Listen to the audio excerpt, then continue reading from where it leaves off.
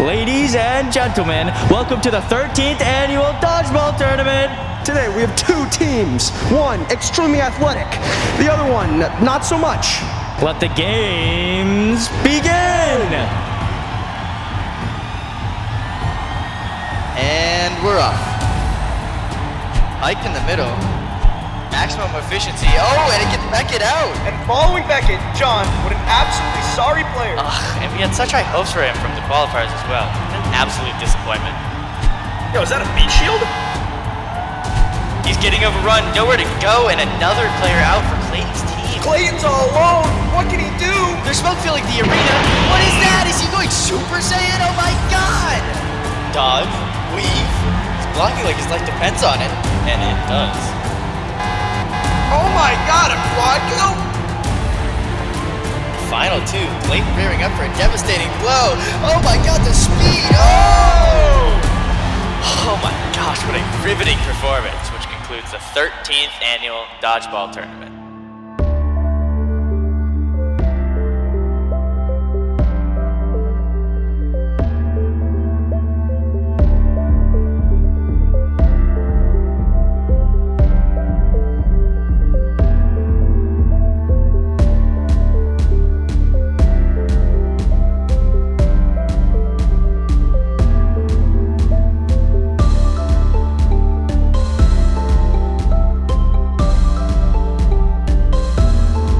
I'm Shiloh Hammerlin. And I'm Nola Bizansky. And welcome to the final episode of Season 11. This week, the Transcript takes a stroll down memory lane. Hamped Up investigates the Northampton Board of Health's ban on sports spectators. And Cheap Thrills gets absolutely tatted up. On Tuesday, the Biden administration released a website called covidtests.gov, a website made to distribute free at-home COVID tests to American families. Using an order form on the site, people can order up to 4 free tests per residential address. In other news, a proposal to require all people 5 and older to show proof of full vaccination, meaning 2 consecutive shots of Moderna or Pfizer, or 1 shot of the Johnson & Johnson vaccine followed by a booster shot, in order to enter all indoor businesses was considered last Thursday by the Northampton Board of Health. However, after much controversy, the idea was scrapped. Public Health Director Meredith O'Leary said in a statement that the issue of a so-called vaccine passport for everyone 5 and older is dead for now, citing a lack of scientific evidence that it would significantly hinder transmissions of the coronavirus's Omicron variant. I'm Shiloh Hammerland, and thank you for watching.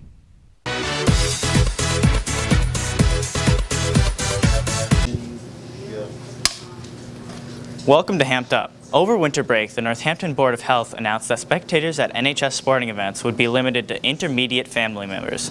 The restriction is due to the large spike in cases of COVID-19 Omicron in the western and general Massachusetts area. We spoke to the coaches and players of the teams that are feeling the effects of this new policy and asked them how the audience can affect the team spirit and performance. So I would say that the recent ban on spectators at our meets has definitely impacted us. I would say more so at away meets. We have a really big team this year, so at home meets we're definitely able to get loud on deck and everyone's super supportive of each other. But at away meets it's definitely hard, not having like our parents and family members there to cheer us on and kind of help us create a good environment. But I would say that we're pretty much doing a good job. Like I said, we have a big team, so we're able to get pretty loud and all support each other. So. Yeah, the morale of the game is just, it's definitely more quiet and more dead. It's really just your teammates on the bench getting hyped for you, and it changes the whole atmosphere in the gym. Having fans is like way more fun. Like you have people to impress, and yeah.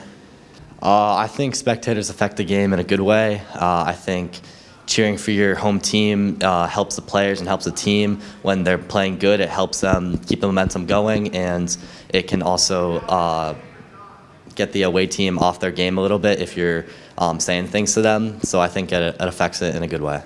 I would say in the past having spectators is definitely obviously has a positive impact. We have a lot of old seniors come back and watch us swim, which is super motivating, especially for the younger swimmers to kind of have that older figure there is definitely beneficial. So without that, it is a little bit harder. But, like I said, we have a big team, so we're able to pretty much encourage everyone to do their best. Because of the COVID guidelines, there's been like a lot less spectators. We can only have our family. in attendance, so there's definitely been way less people in the stands, but we still play hard. I don't have too many thoughts on it. I definitely want to be at the games, but I respect any of the COVID safeties that Northampton puts down, so I want to follow it, but definitely I prefer to be at the games.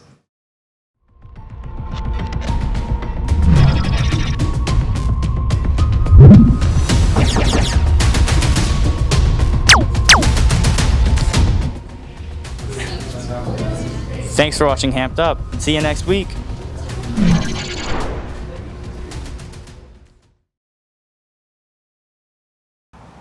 Oh, you have to. Okay. Yeah.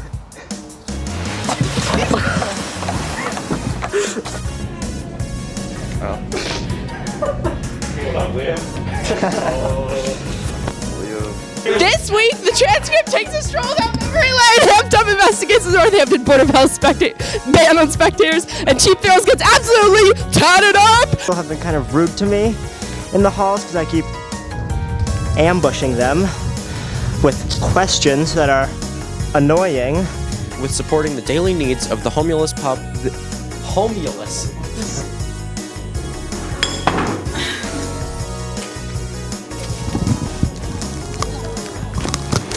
Come on, get in there.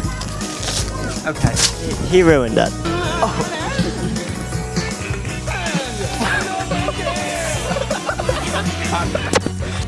Is this your first time at Florence Night Out? The pain. Go from. No, don't drop me. Wait, let me back up.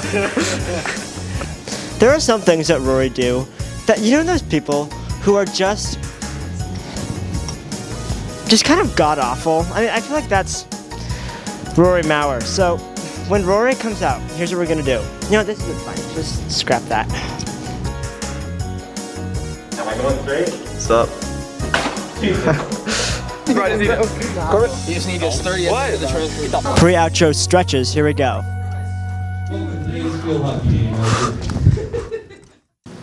On behalf of the Transcript team, thank you for watching Season 11. It was super fun to be a part of, and I can't wait to watch Season 12. Good luck to Nola, Shiloh, and the rest of the upcoming Season 12 team with that.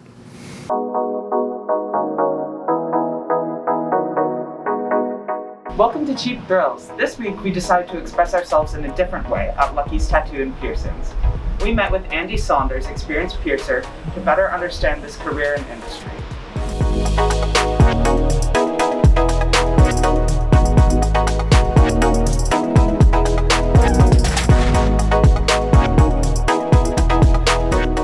It sounds so silly, but I would say maybe a freshman in high school. I remember going on Google and typing in what is emo, and they said piercings, and that was the first thing I did. Looked up, piercings on Google, and found a website called BME, Body Modification Easy, and I was just so excited. It showed off all these like really early piercings, like very unique things, and I just remember being so infatuated with it, and that was kind of like the beginning of the end. Like I remember looking at that website every single day to see what like piercers in the industry were posting to that. So kind of hard to answer because everybody gets into the industry a little bit differently. I usually say the first thing to do is to start working at a studio. So if you happen to see a studio like local is hiring for like a front staffing position, that would be your first step. At that point, just kind of working towards that goal. Some people will be hired as like, just like help me out clients at the front. But for somebody who like really cares and kind of shows that dedication, it might lead to a potential apprenticeship. So for me, I actually worked as a hairdresser for many years before being a piercer, and I saw that the studio that I was originally apprenticed at had a counter position, and I just remember typing up a resume. I drove out there, I was like, hi, this is me, like I love piercing, and got a call back a few days later, and it just kind of went from there. But it's hard to give an exact answer because every piercer has a different entrance. There's kind of piercings that are like unicorn piercings, and I find these like really fascinating. There are piercings that may be, anatomy-wise, maybe weren't the best idea, or might be a little bit unique in placement that actually heal well. I've actually seen a surface anchor, like one of those single points that you might see on like a cheek or in the center of somebody's forehead, kind of right in the center of somebody's neck off to the side in a place of high movement, and it healed beautifully.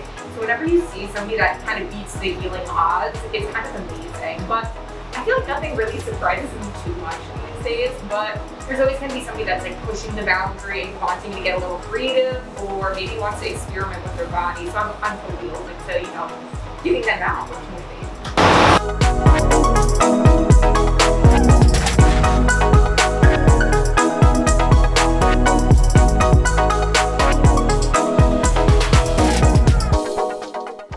So when I first got into the tattoo piercing industry, it wasn't until a few years ago. I used to work in the food industry actually, but I've always had a fascination of body modification, tattooing since I was in high school. But I'm not a tattooer per se or a piercer, but I work in the industry helping piercing clients, tattoo clients, and all that good stuff.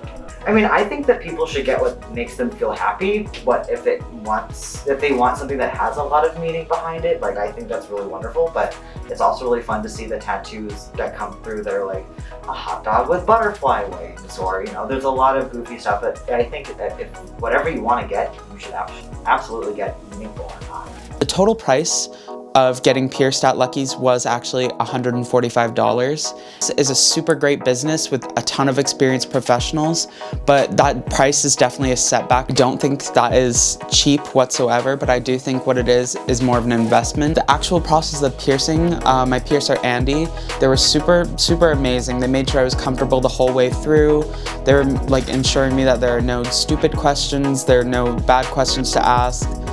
They guided me through the whole procedure, made sure everyone in the room was comfortable with what was happening, and overall it was really painless and only felt like a little pinch, and then the jewelry was in and it was done. Thanks so much for watching throughout this season of Cheap Thrills. Soon after the Columbine tragedy, is at least one other person shot in addition to the shooter. Crews pleaded guilty to murder in the high school massacre in Parkland. The teacher and young student killed in that tragic shooting. Finding out their kids are in hospitals with bullet wounds. A shooting at a high school. 17 dead. Yet another school shooting. We've endured too many of these tragedies in the past few years. While many factors have impacted educational institutions across the United States, there's one preventable issue that has remained steadfast for more than 2 decades: gun violence in schools. According to the Everytown for Gun Safety Coalition, since 2013, school shootings have accounted for 260 deaths and 545 injuries. In comparison, the UK has had 0 school shootings since 2000. CNN cites the country's strict gun laws for the lack of school shootings. So how did we get here? Let's rewind to the beginning. In 1791, the Bill of Rights was ratified with 10 amendments. The Second Amendment states, a well-regulated militia, being necessary to the security of a free state, the right of people to bear and keep arms shall not be infringed. You have this kind of national, clear constitutional restriction on what the government can and can't do. The Second Amendment really changes the scope and limits what state and local governments can do when they're regulating guns. The first national legislation regarding guns came in 1934 with the passage of the National Firearms Act, which imposed taxes on the manufacturing, selling, and transportation of the specific guns listed in the NFA. The assassination of John F. Kennedy, Robert F. Kennedy, and Dr. Martin Luther King Jr. led to additional calls for regulation and restriction. In response to the tragedies, President Lyndon B. Johnson pushed for the passage of the Gun Control Act of 1968, which prohibited those deemed mentally ill, felons, and people under the age of 21 from purchasing a firearm. In 1986, the Firearm Owners Protection Act was passed by Congress, which enacted protections for gun owners. The law prohibited the creation of a national registry of dealers' records and allowed licensed dealers to sell firearms at gun shows in their states. In 1993, the Brady Handgun Violence Prevention Act was signed into law by President Bill Clinton. The law requires that background checks need to be completed before a gun can be bought from a licensed dealer. It also established a national instant criminal background check system. The debate continues to this day about how to handle gun laws, but let's now take a look at the toll gun violence has taken on young Americans. April 20th, 1999. 2 teen boys started shooting outside of Columbine High School. By the end of their spree, the two had taken 13 lives and injured 20 more. At the time, this was the deadliest school shooting in American history. We're much more prepared than we were, say, 10 or 20 years ago. Initially, there's some really obvious changes. There's been physical changes to buildings, the design of buildings, building access. So now it's much more common to have schools that are locked down all day, that are harder to get into. Also, there's changes in more consistent drilling and just general emergency preparedness. Findings from a study by the Washington Post said that from 1999 to 2018, out of the 105 school shootings that were committed by minors, 84 of them used guns that were taken from the child's home. I think gun laws do affect school shootings in some way, but most of the time I feel like they don't, because it's a lot of underage kids getting their hands on guns, so it's not their fault. It's the people that were able to buy the gun and gave it to them that's at fault for kind of starting it, but it is the underage kids' use of the gun that's the problem.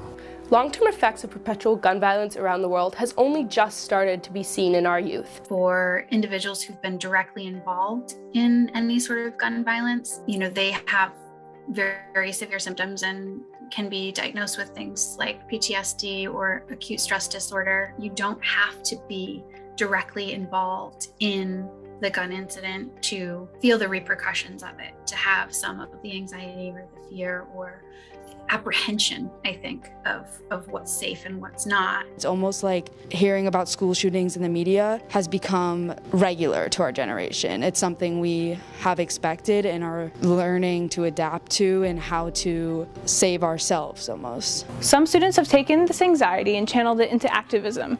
In March of 2018, students around the country organized the March for Our Lives, the main march taking place in Washington, D.C., along with 880 other marches around the country. There is a sense of civic obligation. It seemed like there was the opportunity to put gun violence back on the national agenda. So it was kind of an exciting moment to try to make the most emotional appeal we could to the press and to the state government. The state legislature has the chance to keep kids safe in school, and instead they let 15-year-olds have guns. They let adults have guns, and the adults have kids, and they don't keep their guns safe. And if there's no laws protecting the kids who live in a household that doesn't lock up their guns, or the states that have laws that don't prohibit people going across state lines and bringing back a gun and then shooting up a school, then people are going to get hurt. And it's up to the laws, it's up to the states, and it's up to the federal government to change that. When examining the impact and legacy left of these countless tragedies, it remains to be seen whether this will mark a moment in America's history, or if it will forever be stitched into the fabric of our nation.